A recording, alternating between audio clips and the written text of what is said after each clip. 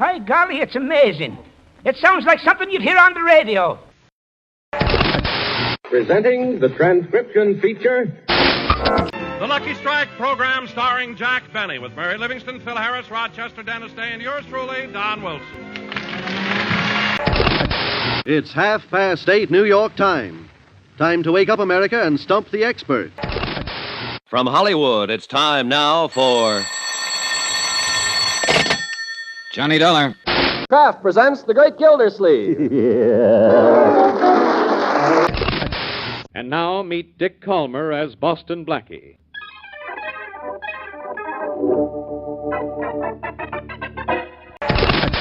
It's the Phil Harris Alice Faye Show, presented transcribed by the makers of Rexall drug products.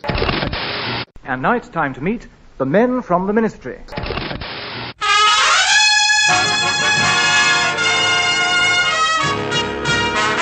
The Armed Forces Radio and Television Service presents the Bob Hope Show with Les Brown and his band of renown. And yours truly, Bill Goodwin.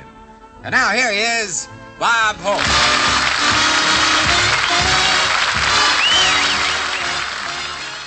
Greetings, I'm Kevin Lauderdale. Okay, let's start off with another episode of The Great Gildersleeve. You will no doubt recall that The Great Gildersleeve came from Wistful Vista, home of Fibber McGee and Molly. And in this episode, Fibber McGee and Molly come to pay a visit. You'll probably recall that there was a running joke on the Fibber McGee and Molly show about how crowded and messy the front hall closet was. And McGee was always saying, one of these days I gotta clean out that closet. Cultural notes: he's got designs on Arnell is a reference to the mustache-twirling bad guys and the sweet innocent girls so often found in staged melodramas. Hedy Lamarr was not only a very pretty actress, which is referenced in this episode, but, unknown to most people, during World War II, working with composer George Antheil, she developed a radio system that the two hoped would help the Allies with their remote-controlled torpedoes. This technology has since become the basis of Wi-Fi and cell phone. So if you're using a cell phone or Wi-Fi, you can thank actress Hedy Lamarr. You can read all about that in the book Hedy's Folly, The Life and Breakthrough Inventions of Hedy Lamarr by Richard Rhodes. Gildy had an on-again and off-again relationship with his next-door neighbor, the widow Leela Ransom. At this point, it is on-again. So okay, from January 10th, 1943, The Great Gildersleeve, Fibber McGee and Molly visit. The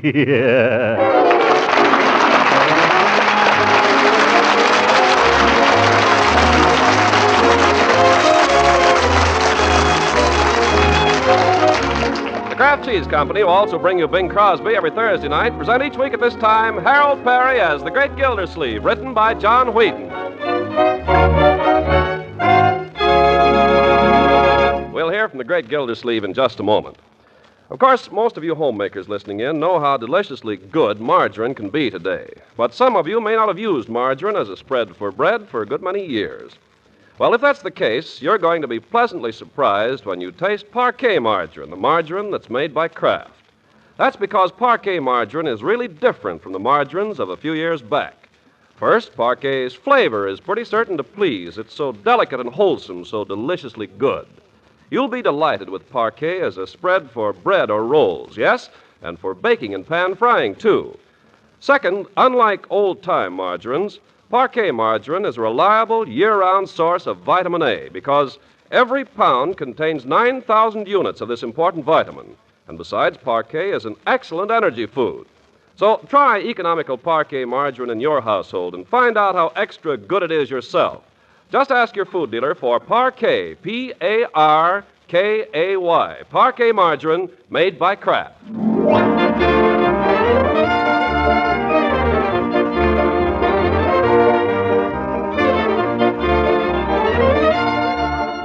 Now on to Summerfield and The Great Gildersleeve. Saturday afternoon finds him in a flurry of preparation for the expected visit of his old friends, Fibber McGee and Molly.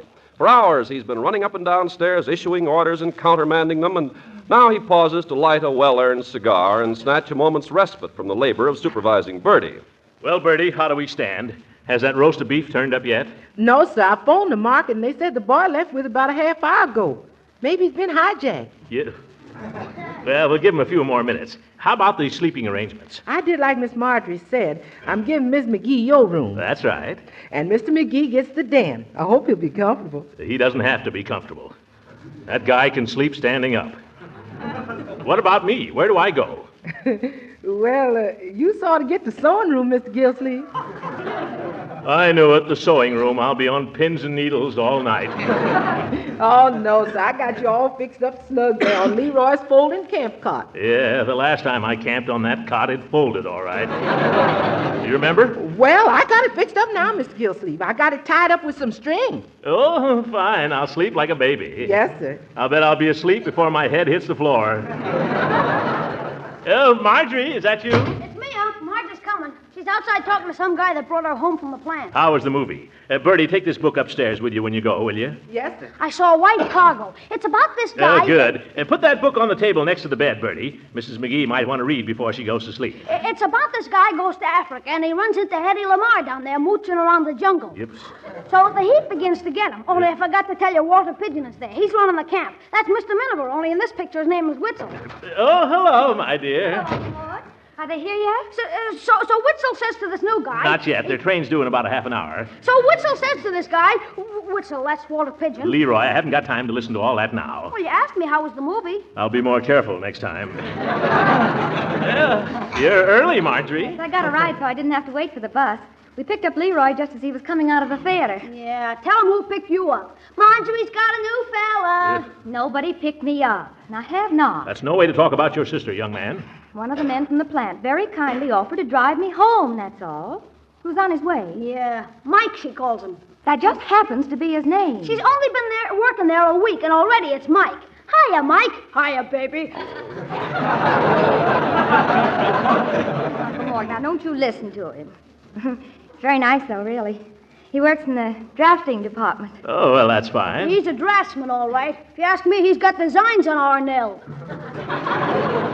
Leroy, you mind your own business. I've got something to say to both of you. Yes, Uncle Mort? When Mr. McGee arrives this afternoon, there are two things I want you to be careful not to do. In the first place, I don't want you to make any reference to Fibber's size. What about it? Well, he's a little runt, and like all little runts, he's sort of sensitive about it. That's why he's so pugnacious. Oh, I wouldn't say anything, Uncle Mort. Well, I know you wouldn't, my dear, but I'm not so sure about Leroy. What did I say? Did I say anything about him being a runt? You're the one who brought it up. Well, just don't, that's all. Actually, he's not so small anyway. It's just that he's not as big as he thinks he is. He has the mind of a small man, that's all.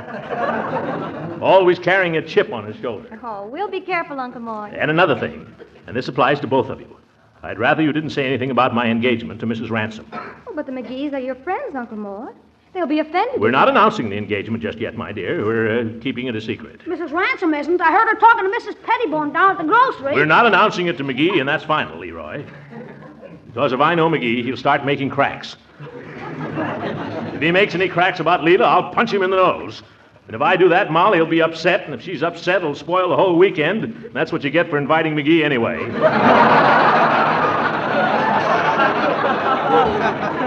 Oh, now wait. He hasn't even arrived yet. He hasn't had a chance to open his mouth. If I know McGee, his mouth is open right this minute. You'll see. He'll arrive here in the middle of a sentence. Nobody will be able to get a word in all weekend. If he ever finds out about me and Leela, he'll be like a Scotty with a bone. Oh, Uncle Mort, you're being silly. Well, he isn't going to come in here as my guest and bandy so-called witticisms at my expense. I'm not going to give him the satisfaction. So just keep the whole thing dark, if you don't mind. Come on, it's time to go get him. Can I go, Unc? No, Leroy. There's something else I want you to do. What's that? I want you, in the interests of peace, to go out in the garage, get the lawnmower, and hide it.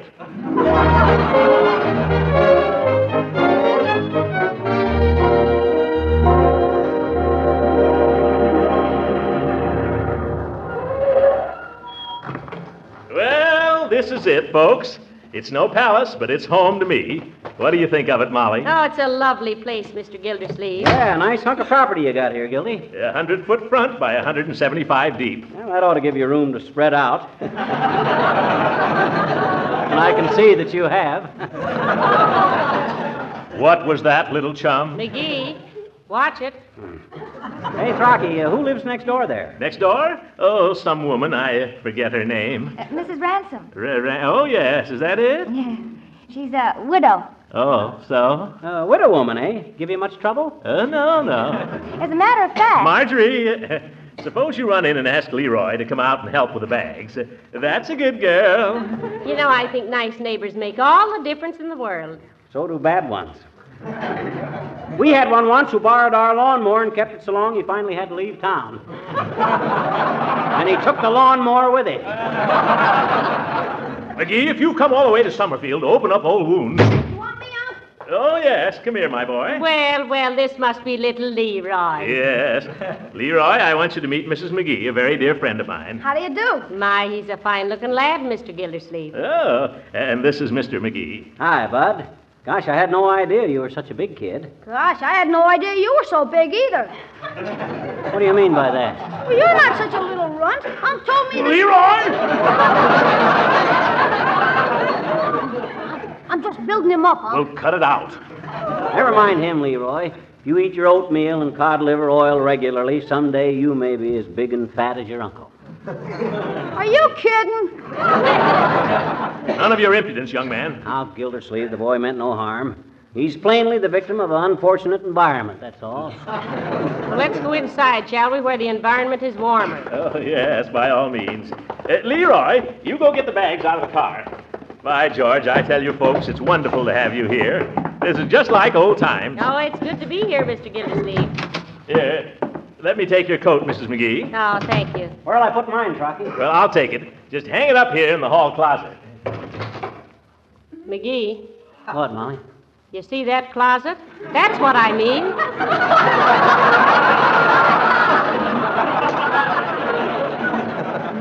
Oh, sure, anybody can keep a closet clean if they don't use it. Listen, McGee, if you'd like to come upstairs, I'll show the room you're to have. Oh, thank you, dearie. I would like to freshen up a little before dinner. Dinner's in about a half an hour, everybody. Hey, where do these bags go? Mr. McGee's bag goes in the den, and Mrs. McGee's goes up in my room. Here, I'll take it up to her. Hey, Sonny, is there any place around here where a fellow could buy a toothbrush? I came off without one, as usual. Well, sure, there's a drugstore right down the street about 3 blocks. Good, I may run down there a little later. Well, what have you been doing with yourself all day? I went to the movies this afternoon. White Cargo, have you seen it? No, that's one I missed. Well, this guy goes to Africa, and he can't stand the heat. So he and Walter Pigeon get mad at each other, and Walter Pigeon says, "You'll quit." And he says, "I will not." So he goes off by himself and plays the phonograph, and then he... Well, look, on second thought, maybe I better go right now and get that toothbrush. Wait on. I'm just getting to where Hedy Lamarr comes in. Oh, well, I'll wait for that. Well, he's playing his phonograph there, and it's getting all dark and spooky, and he looks out the door, and all of a sudden, what does he see? Hedy Lamarr. Yeah, only you'd never know her. Huh? She's got a sort of a thing around her, and she comes in like this. Look, you're Walter Pigeon, and I'm Hedy Lamarr. Well, if you're Hedy Lamarr, I guess I can pass for Walter Pigeon.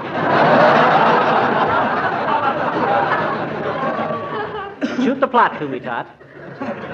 Well, she slides around the edge of the door like this, and she says, "I am Tandaleo." Well, look, Roundaleo, I've got to run down to the corner and get a toothbrush. Hey, wait! I'll be right back. Well, this is the best part. Witzel comes in and catches her.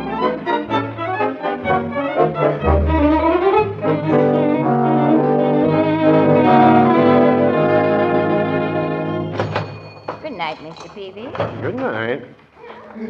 And now, what can I do for you, sir? I'd like to buy a toothbrush. A toothbrush? Did you have any particular kind of toothbrush in mind?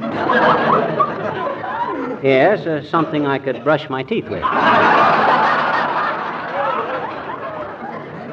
As a matter of fact, I don't really need a toothbrush. I've got one at home, but I came away without it. Well, none of us perfect. You say you're a stranger in town? I didn't say so, but I am. McGee's my name. I'm staying up the street here. Well, pleased to make your acquaintance, Mr. McGee. My name is Peavy. Anytime I can be of service, only too glad. Thanks. I'd like to buy a toothbrush. Any particular kind? Oh, I asked you that, didn't I? Yes. Well, I have a number of varieties. I have them in red, green, white, small, medium, large. Now, give me a red one.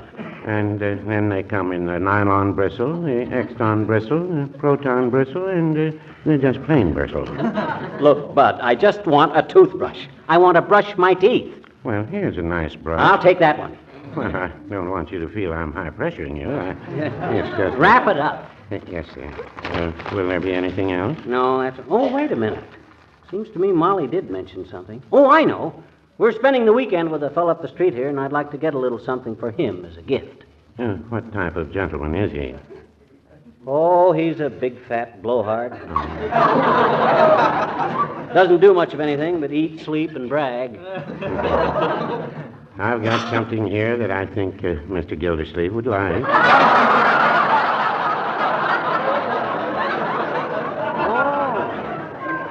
You know him? Oh, yes, he's in here almost every day. Oh. And I think if you really want to surprise him, a nice package of bubble bath would do the trick. Gildersleeve in a bubble bath? Boy, he'd look like a blimp coming out of a cloud. Well, of course, it wouldn't make much of a wedding gift if that's what you have in mind. Wedding gift? For Gildersleeve? Haven't you heard? He's engaged to marry his next-door neighbor, Mrs. Ransom. Rocky, engaged? Yes. Oh, tell me more. What'd you say her name was? Mrs. Ransom. Leila Ransom. Widow. Oh, the widow next door. Uh-huh. The one he said he never met. Didn't even know her name. The big fake. What's she like? Well, she's a southern lady. Very well preserved.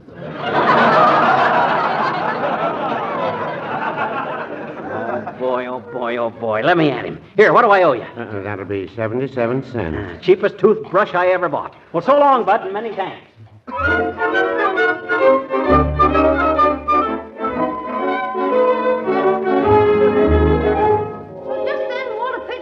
The jungle and catches Hetty slipping him the poison. Heavenly day. Leroy, that'll be quite enough now. Oh, now, don't discourage the boy, Mr. Gildersleeve. Discourage him. I only wish I knew how.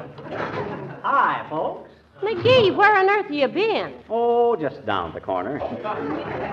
Say, you look like the cat that swallowed the canary.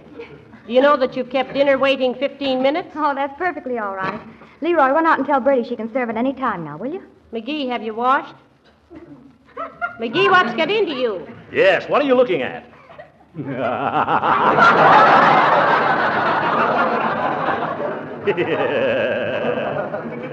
Hi, Rocky. Hello. How's every little thing? How you feeling? I feel all right. Why? Everything under control? Certainly. What do you hear from Lulu?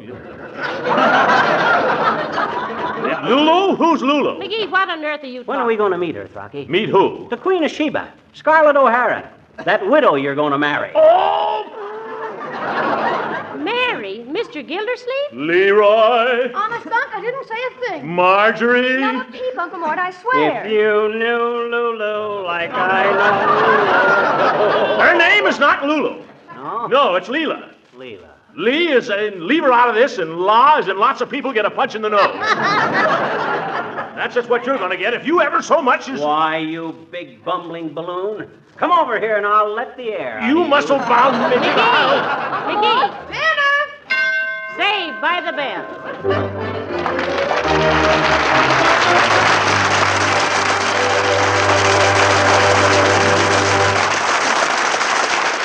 The Great Gildersleeve will be with us again in a few seconds.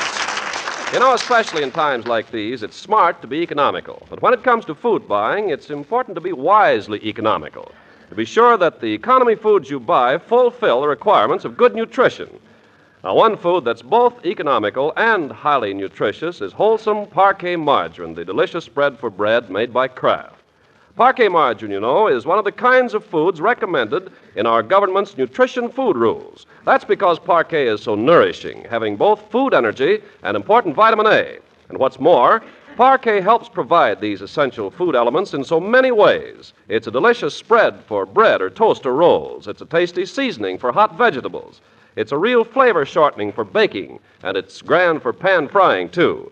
Yes, in all these ways, Parquet margarine adds delicious nourishment to meals. So tomorrow, ask your food dealer for Parquet, P-A-R-K-A-Y. Parquet margarine made by Kraft.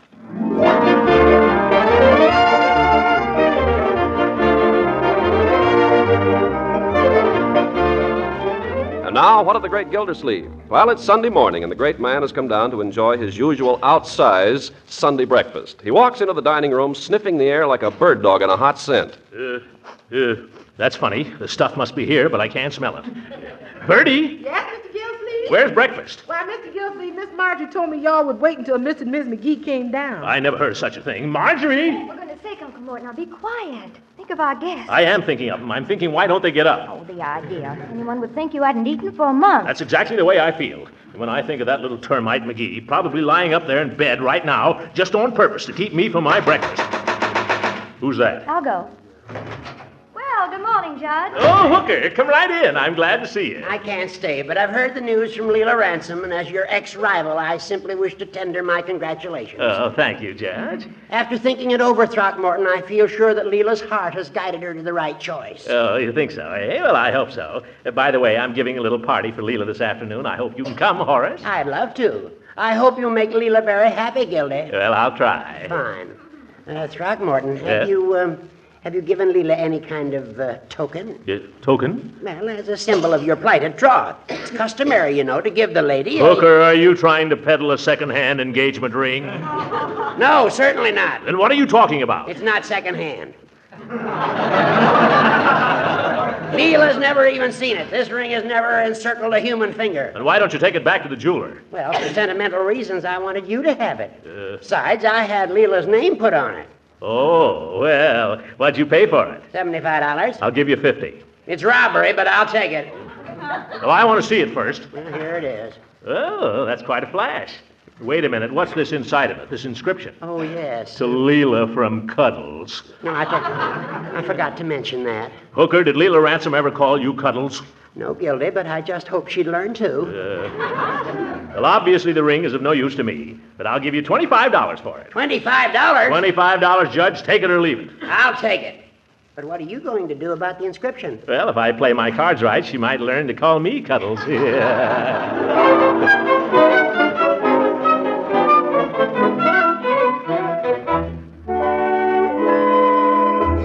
Yoo-hoo, anybody around? Hey, don't tell me I'm the first one up. First one up, your clavicle. I've been up for 3 hours. I waited breakfast for you till 10 o'clock. I'll tell Bertie you're ready. Oh, I've had breakfast, if that's what you mean. You've had it? Yeah, had breakfast in bed. I tell you, it was quite a treat. Things ain't like that around Wistful Vista. Things ain't like that around here either. Bertie! Yes, sir? Why don't I ever get breakfast in bed? Because breakfast is the only thing that gets you out of bed, Mr. Gildersleeve. Well, maybe when you're married, Mr. Gildersleeve, things will be different. Yeah, you'll have to toe the mark then, Throcky. By the way, when are we going to meet Lulu? The name is Leela. Oh, excuse me. When are we going to get a gander at her? What's the matter? You're not ashamed of her, are you? Look here, McGee. You're not even fit to... Boys, so early in the morning? Oh, good morning, Mrs. McGee. I'm just telling my little chum here I can't wait to have you meet Leela. Well, we can't wait either, Mr. Gildersleeve. That's no lie. Yeah. She's coming over this afternoon for tea, and I'm having one or two others in. Judge Hooker. Oh, how are you and the judge getting along these days? Well, we have our ups and downs. Some days I think he's our purest little jurist, and others I think he's a stench to the bench. You know, I'm very anxious to meet him, too. He sounds like such fun. Yeah, more fun than a goat. McGee, what do you say to a little constitutional before lunch? A little what? A little constitutional, a little walk. On foot? Why, sure. I'd like to take you out and show you the reservoir. Go on, McGee, to do you good. How far is it? Oh, only about 4 miles. Are you kidding? McGee, I want you to keep away from Leroy for the rest of the morning.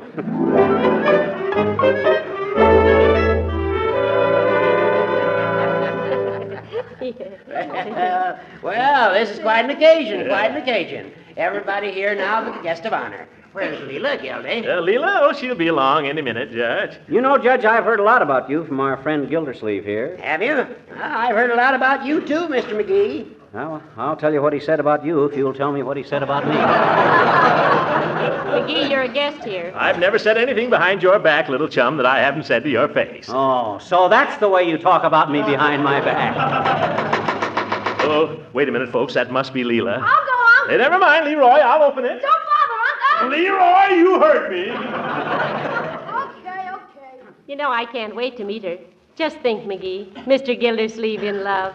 Yeah, staggers the imagination. Boy, they're taking long enough.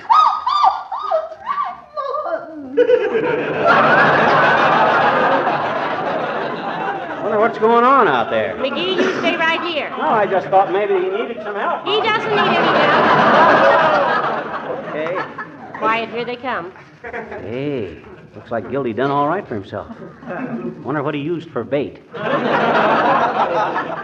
Leela, darling, you know most of these people. Oh, yes. Good afternoon, Judge. Good afternoon, Leela. Oh, Marjorie, honey, I love your dress. Thank you. Hello, Leroy. Hello, Mrs. Ransom.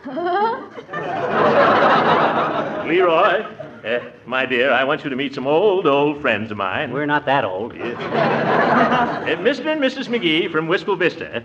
This is Leela.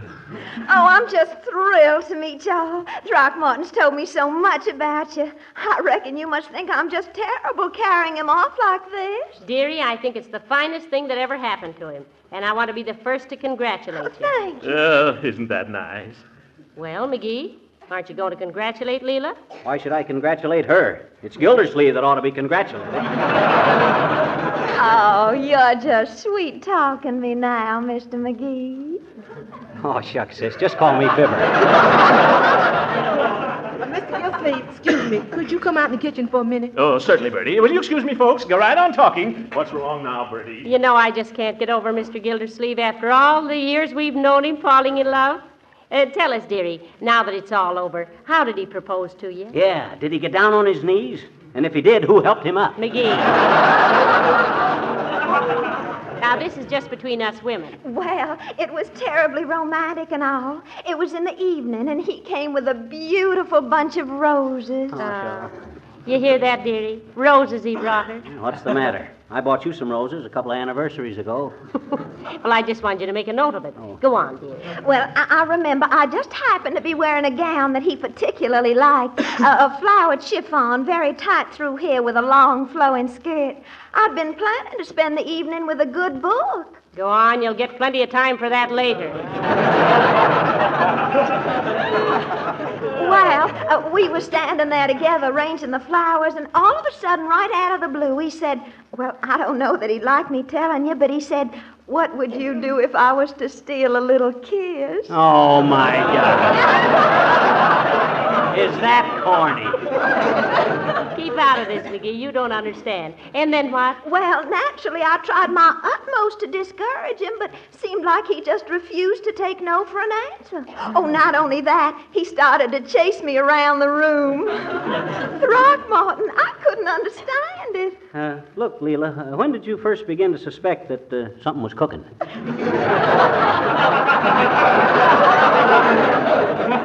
When he sang to me, just a little love, a little kiss.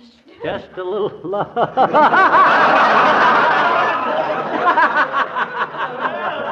Just a little. Is everybody happy? What's going on, folks? What's the big joke? Nothing, Mr. Gildersleeve, nothing at all. McGee, go on outside till you can control yourself. Come on, get out of here. If I hear any more, I'll bust. Leroy, show me where I get a glass of water, will you? Right out here. Leela, what's wrong with McGee? I don't know, Throckmorton. I was just telling them about our engagement and how you proposed to me, and all of a sudden something seemed to strike him funny. Leela, is nothing sacred to you? Now, Mr. Gildersleeve, don't be blaming her. Is our romance nothing but a farce to be torn to tatters for the amusement of the mob? Oh, no, Throckmorton. Am I nothing to you but a laughing stock? Oh, no. Well, that's the impression I seem to get. Now, listen, don't be blaming it on her, Mr. Gildersleeve. Blame it on McGee. Huh? And now, listen, remember, every proposal is sweet to the woman who hears it. Isn't that a fact? Tell me, Mrs. McGee, how did Mr. McGee propose to you? McGee?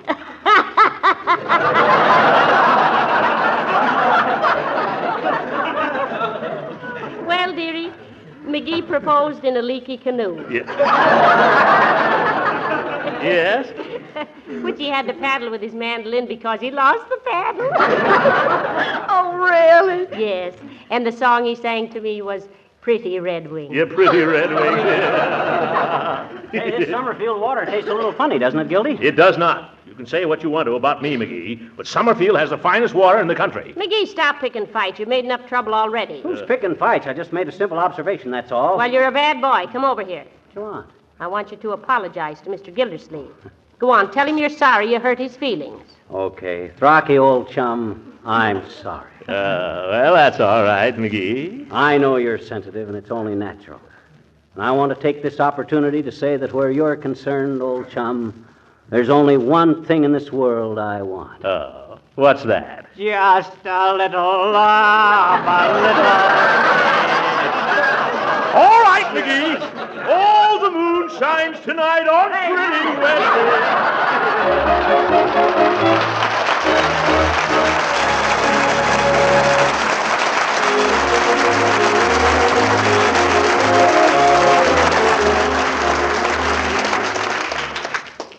Well, it's certainly been nice having you folks here, Mrs. McGee. Well, it's been nice being here, Mr. Gildersleeve, and meeting Marjorie and little Leroy and Leela and all. I think Leela's going to make you very happy. Yeah, Throcky, she seems like a mighty nice gal. Well, I'm glad you both liked her. Well, goodbye, old chum. Thanks for the use of the den. Oh, yes, I hope you were very comfortable there. Oh, it was fine, but there's just one thing I'd suggest, Throcky. Huh? If you go to take a shower there, be careful. Why? You might cut your feet on my lawnmower. Oh! Leroy! Good night. Good night, all. Good night. Fibber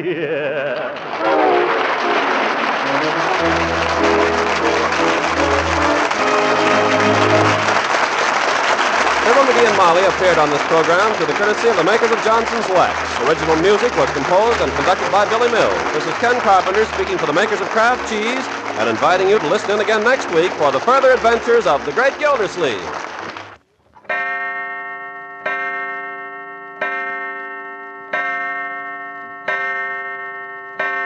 Six o'clock, Mother's late. That means the family will have to wait for dinner. But they won't wait long if Mother's smart and knows the 7-minute way to make macaroni and cheese. The trick is performed with a product called Kraft Dinner. Yes, folks, that amazing food product called Kraft Dinner gives you delicious macaroni and cheese in just 7 minutes cooking time. A package of Kraft Dinner contains a special kind of macaroni that cooks up fluffy and tender extra fast. And the Kraft Dinner package also holds some Kraft Grated. This Kraft Grated, sprinkled through and through the macaroni, gives it good cheese flavor in a twinkling. No time used up preparing a cheese sauce or baking the macaroni either. Keep Kraft Dinner handy for luncheon or dinner emergencies. And folks, you can help your dealer with this problem of keeping in stock by ordering Kraft Dinner early in the week. This program reached you from Hollywood. This is the National Broadcasting Company.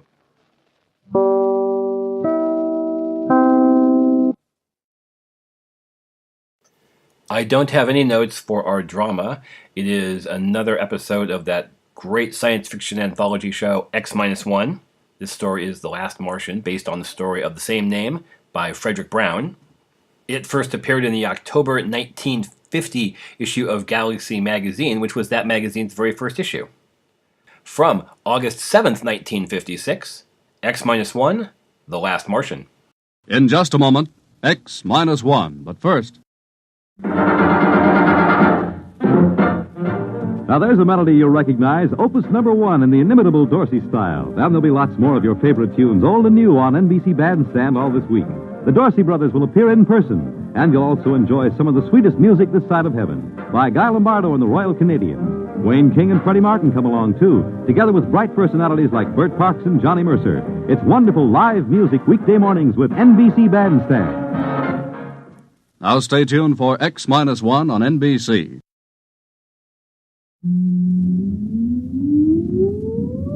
Countdown for blast-off. X-5, 4, 3, 2, X-1, fire.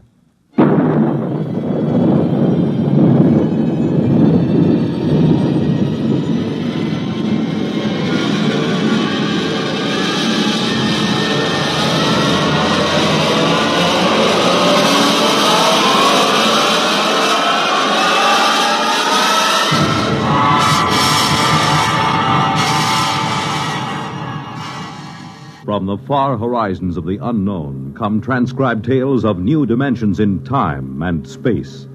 These are stories of the future, adventures in which you'll live in a million, could be years, on 1,000 maybe worlds.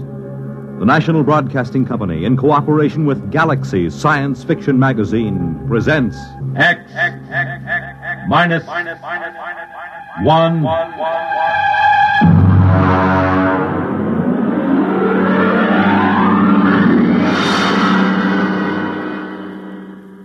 Tonight, The Last Martian by Fredric Brown.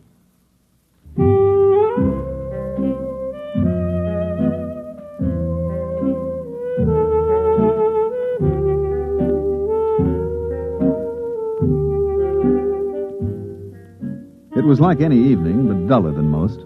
I was back in the city room. I'd just covered a boring banquet, and the food had been so bad that I felt cheated even though it cost me nothing. Now, just for laughs, and my job, I was writing a long, glowing account of it.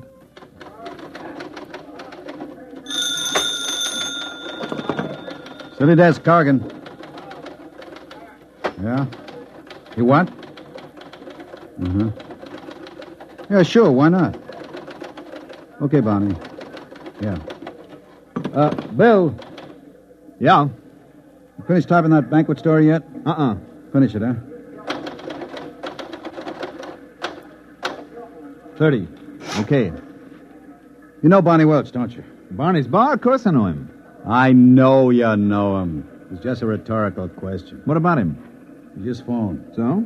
He's got a guy down there. Who? Claims to be from Mars. What, is he drunk or raving or both? Barney doesn't know, but he said there might be a gag story if you want to come over and talk to the guy. Drinks on the expense account? Yeah. You got a deal.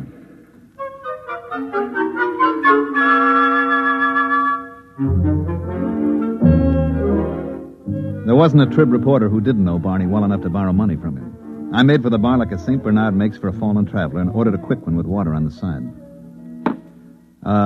Keep the bottle handy, Barney. Which one is the Martian? You see the tall, dismal-looking guy sitting alone there in the booth? Over there? That's him. What's his story? Well, he says he just got in from Mars 2 hours ago, and he's trying to figure it out. He claims he's the last living Martian. Mm-hmm. Does he know I'm a reporter? But he'd talk to anybody who'll listen to him. What's his name? He says it's Yangan Dow. I'll talk to him. Now, listen, Bill. Yeah. Don't get him violent or anything, huh? I don't want no trouble in my place. Oh, now don't worry, Barney. Look, dish up 2 beers for us, and I'll take him over with me.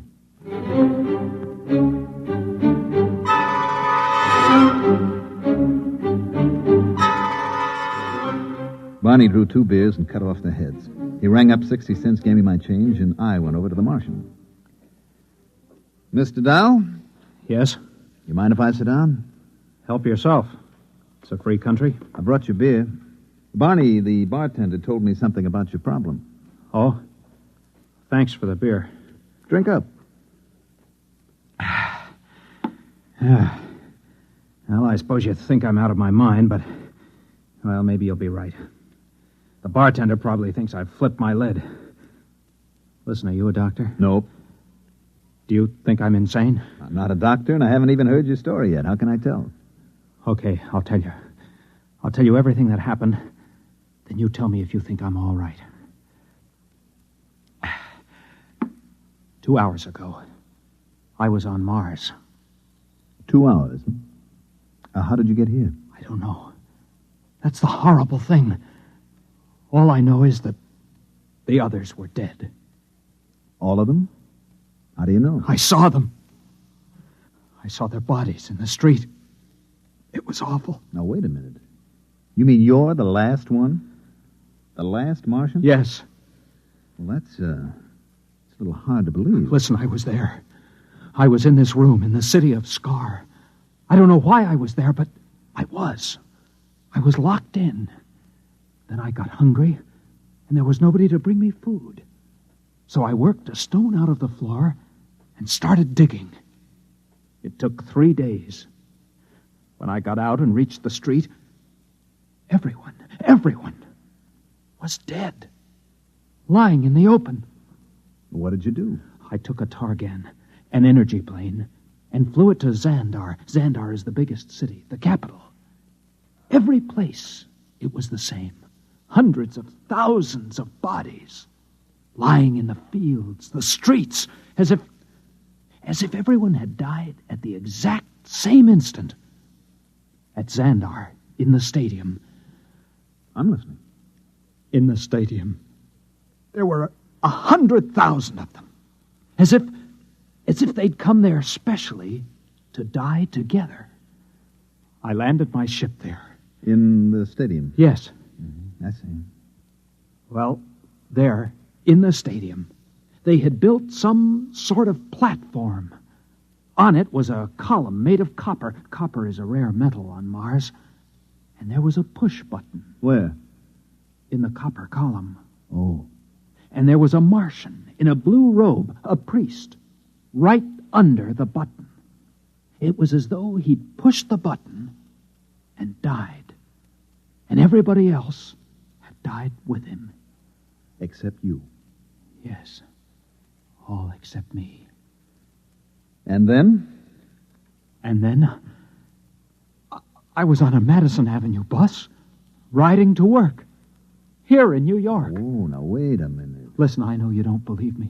I know it sounds as if I was stark raving mad, but take it easy, huh? You know what I think? What? You've had some sort of terrible shock. Well, of course I have.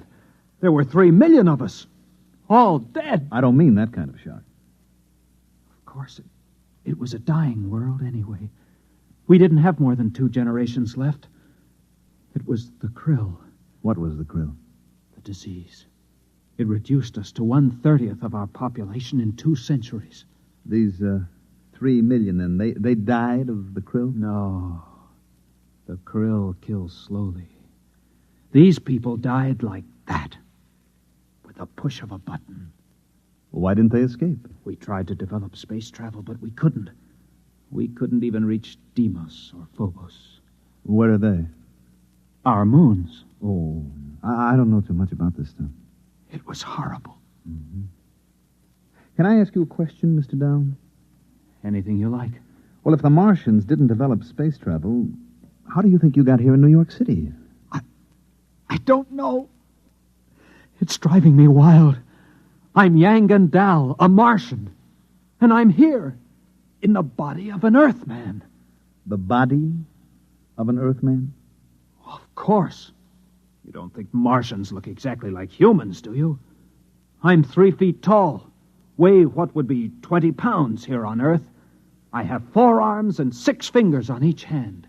Barney? Yeah? 2 more beers, huh, with whiskey chasers? Right. Go on, Mr. Dahl. I don't mean to interrupt.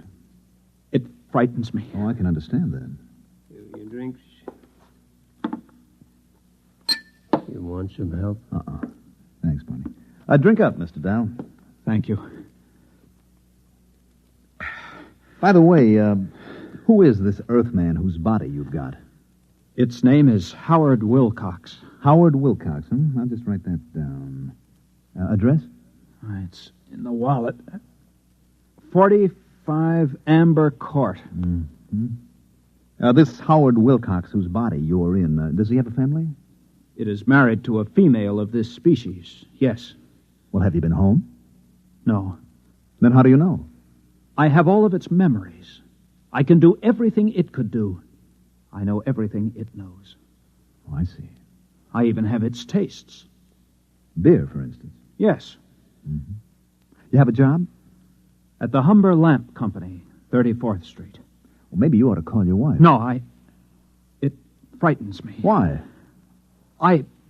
This body, it loves its wife. Let me buy us around. There's money in these pockets. Okay. It's very good of you to listen to my story. Barkeep, another round, please. Tell me, Mr. Dow, did you ever suspect before that you were a Martian? Suspect? I am a Martian. Don't you understand? Well, how did you get in here? I told you this body was on its way to work on a Madison Avenue bus, and then I was inside it. It was thirsty, so it stopped for a drink. And I thought maybe the bartender could give me some advice. So I started talking. Don't you believe me? Listen, Howard, you should be due home for dinner by now. Now, you're making your wife worry. Why not phone her? I'm afraid. What's there to worry about? Whether you're Yangan Dahl or Howard Wilcox, there's a woman sitting home worrying. I suppose you're right. Of course I'm right. You're very understanding. Oh, not at all. You wouldn't want to come with me, would you? I mean, I'm sort of afraid. Well, it would look funny. I could tell her you're an old school friend. We could have dinner. And then maybe I could get to know her. You really want me to come? Would you? Let me make a phone call first, okay? Fine.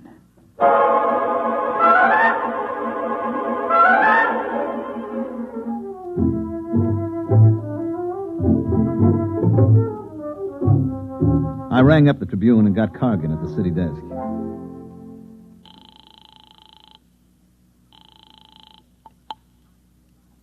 your desk, Cargan. Hi, Bill Everett. Did you find him? Uh-huh.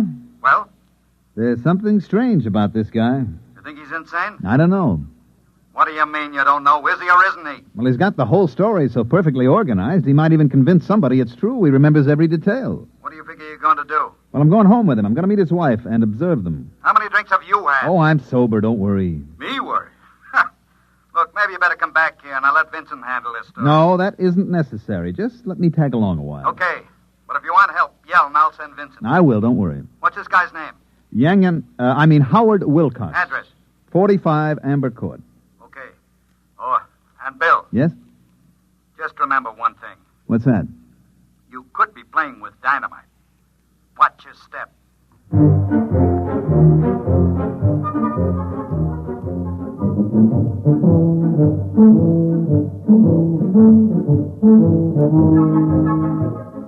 Number 45 Amber Court was an apartment down in the village. We were met at the door by a pretty woman in dungarees with her black hair and a ponytail with a red ribbon. Let me handle it, okay? I wish you would. Howard, I was so worried. This is Bill Everett. I'm an old boyhood chum of your husband, Mrs. Wilcox. We met, and I asked Howard to have a few drinks, and I'm afraid it's all my fault. Bill is having dinner with us. If it isn't too much trouble. Well, no, of course not. Well, that's very generous of you. Well, if you'll excuse me, I'd better start dinner. Howard, Yes? are you all right? Why, yes. Fine. You didn't kiss me. Oh, well.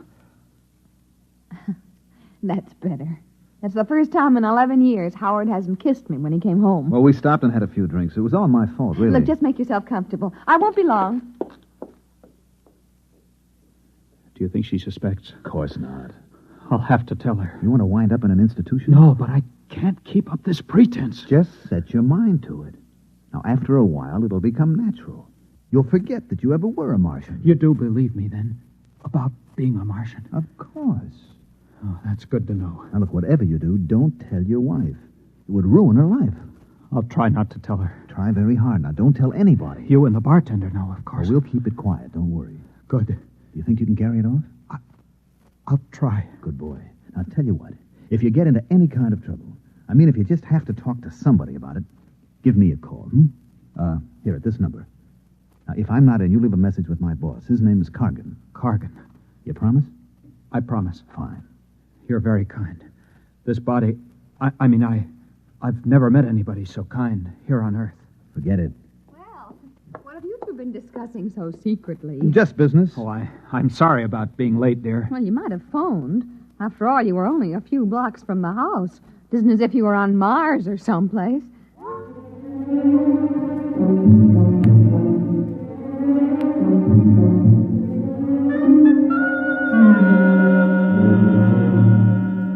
Dinner went pretty well, and Elaine Wilcox turned out to be an expert at shish kebab, which is one of my favorites.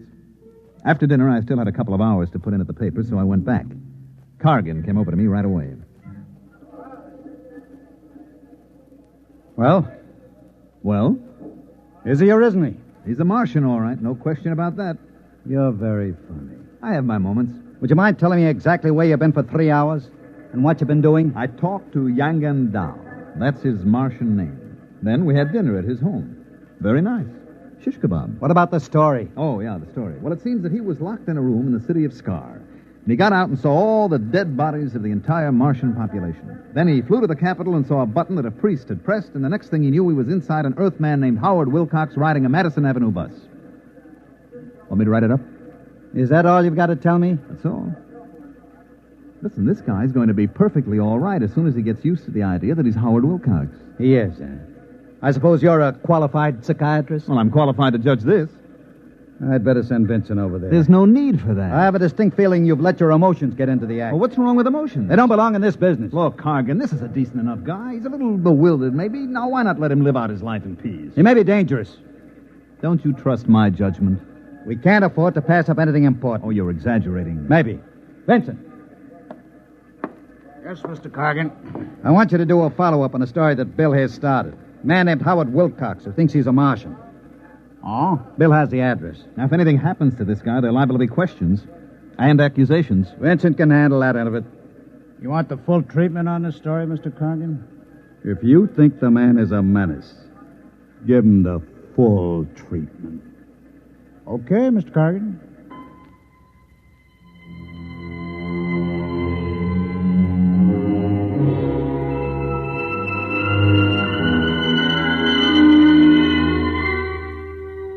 I gave Vincent the address, feeling like a murderer, and then I beat it to the nearest phone booth and called Howard Wilcox's home. His wife, Elaine, answered.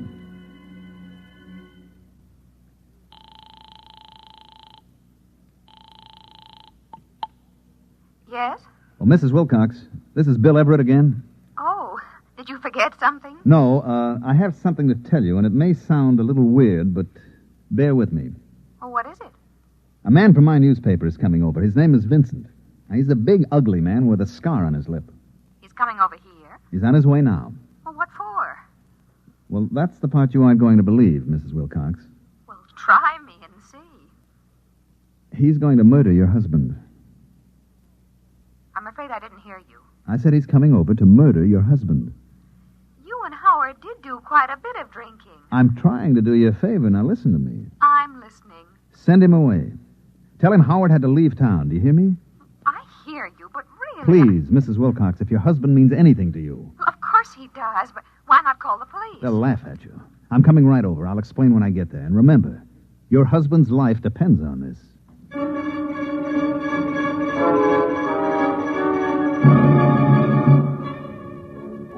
I didn't know whether I'd convinced her or not. It all sounded so terribly melodramatic. Anyway, I hopped into a cab and told him to use a heavy foot on the gas pedal, and about 15 minutes later, I arrived at 45 Amber Court.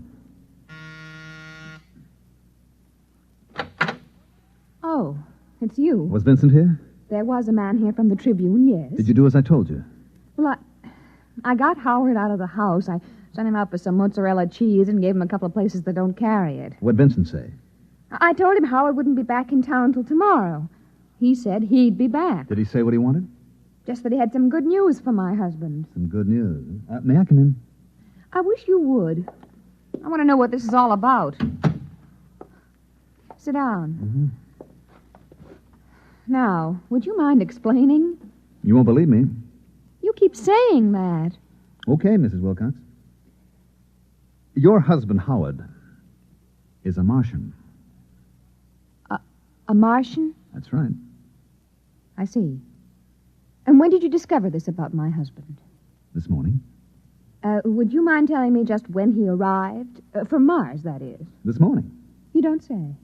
Told you wouldn't believe me. Oh, I hadn't said that yet. You're sure Howard is a Martian? Yep. He claims to be the last Martian. Look, see if I can make it clear. There was a plague sweeping Mars. Now, they devised a means of transporting their intellects through space to Earth. Their dead bodies remained behind. Now, Howard, your husband, was confined in an institution, so he didn't get to go with the other Martian souls. He dug his way out and went to the capital city where the energy machine was located. Mm-hmm. I guess there was enough left to send his intelligence down here, where it landed in the body of one Howard Wilcox. How did you find this out? He told me. Mr. Everett, if you don't mind, I'm rather tired. First, you tell me someone's going to murder Howard. Then you tell me he's the man from Mars. Now, I'd like to get some rest, if you don't mind. I'm trying to convince you your husband is in danger. If Howard is a Martian, just why does your Mr. Vincent want to kill him? Because Mr. Vincent is a Martian, too. Uh-huh. I suppose the editor of the Tribune is also a Martian? No, not the editor, just the editor of the city desk. And you, Mr. Everett, are you a Martian, too? Matter of fact, yes. Good night. Just won't see it, will you? Good night, Mr. Everett. Okay, I tried my best. Martians, indeed.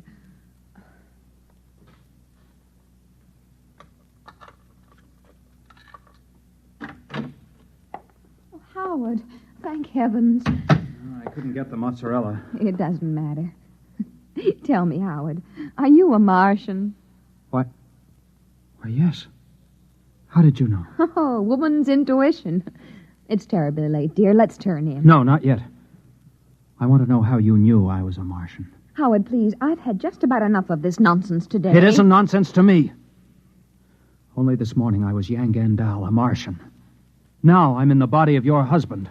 Is this a joke you and your friend Mr. Everett invented to torture me? Because if it is... It isn't a joke. It's the truth. Howard, I just can't stand much more of this. I'm beginning to wonder if it's me. Who could that be at this hour? I'll answer it. Yes? You are Mr. Howard Wilcox? Yes? My name's Vincent. I'm a reporter from the Trib. Yes? May I come in? Yes. Who is... Oh, Mr. Vincent. I see your husband has unexpectedly returned from out of town, Mrs. Wilcox. Now, look here. Would you mind telling me why you lied to me? Yes, I would. Does it have anything to do with the fact that you know your husband's secret? What secret? That he is young and dull. A Martian. I don't know what you're talking about. I think you do. Why is there such concern? I am Yang and Dao. I am a Martian. The last Martian, as far as I know. That is where you're wrong, Mr. Wilcox. Wrong? You see, there are many of us. Many? Like me? Hundreds of thousands. We were teleported to Earth during the Great Migration and found ourselves, like you, inside human beings. But then I'm not alone. You do understand my position. Perfectly. I can establish contact. We can remember our old home. Unfortunately, no. I don't understand. Sadly enough, young and dull, you were considered mentally ill on Mars. Ill enough so that you were institutionalized. But here on Earth, a person like you represents a distinct threat to us. How do I threaten you? You're unstable. You may give us away. That would spoil it. Spoil what? Our plan. Plan? You have not heard of the plan? I heard of no plan. I was in an institution. Yes. You are certain now? Of course. What plan? If you knew, I would have been forced to destroy you. You've just saved your own life, young and dull, and that of Howard Wilcox as well. What are you going to do? Nothing. Nothing at all. Aren't you afraid that I'll do something? Such as? Tell people my husband is a Martian. Really, Mrs. Wilcox, you know better. You'd be laughed at or sent to the nearest psychiatric clinic. No, we aren't at all concerned with the fact that people will betray our presence here on Earth. I'm sure you can appreciate the reaction if you were to phone the police and tell them that the Trib reporters are all Martians. Well, not all. Just the city editor and yourself and Mr. Everett. How did you know that? Perhaps I'm one myself, Mr. Vincent. It isn't possible. Why not? Are you... Tell me where you were born. What city? I was born in Undanel near the dead canal of Krilla. Your name? Zanat Cree. You are party to the plan? The plan to take over the Earth? Of course.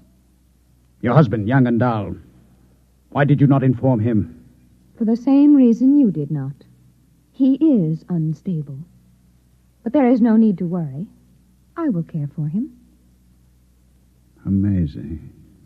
Now, would you mind leaving us alone? We have many things to discuss.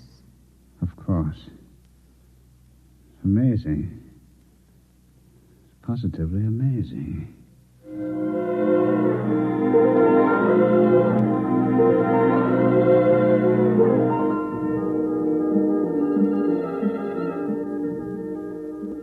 I was standing in Barney's bar having a double scotch on the rocks when Vincent came in looking like a man who spent the last 3 hours in a KitchenAid mixer with the dial on Fluffy.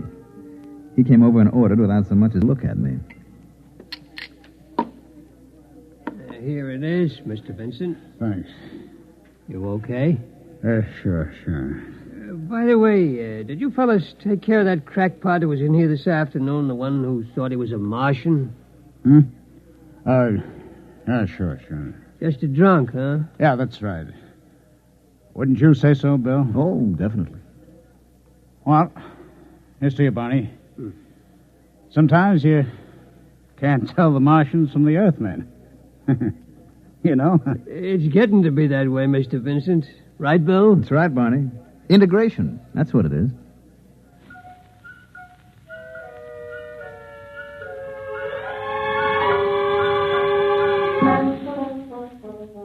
I gave Barney a sly wink and lifted my glass along with Vincent. Of course, Barney understood. You see, he's one of us, too.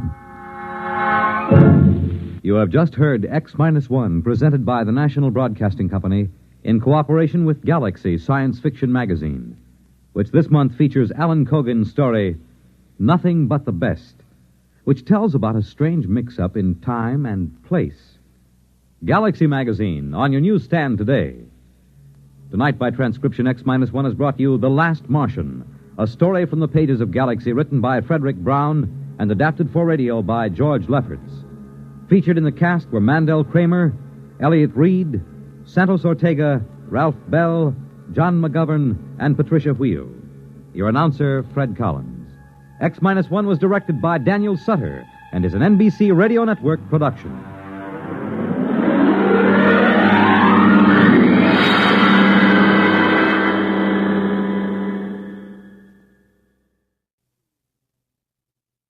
Go to the conventions with NBC Radio beginning Monday, August 13th.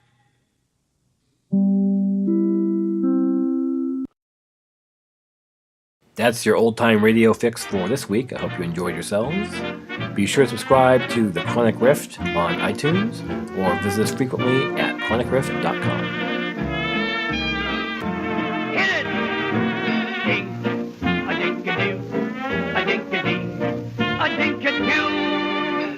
What a voice. What a voice. Simply means ink. A dink-a-doo. A dink-a-dee. Good night, folks. Signing off. And if there is anyone present who objects to this union, let him speak now. The gentleman about to object is Dudley's lifelong enemy, the malevolent Snidely Whiplash. I don't know what it means, but I object. Whiplash, you cur, so you would ruin my wedding, eh? As a starter, yes. Dudley picked up the thing nearest to him, which happened to be Nell, and threw it. Aha! I have her, and you shall never get her back, or any other part of her. Quick, do right. Give chase. What? And miss all this swell food? Far above Cayuga's waters sat Snidely Whiplash's sawmill, scene of many a tragedy. Why are you doing this, you devil? Because, Miss Fenwick, beneath this black exterior, there lies a mustard plaster. And over the mustard plaster there hangs an asafoetida bag. On it, imprinted in pica, are the words, Whippy loves Nellie. What I'm trying to say is, I love you.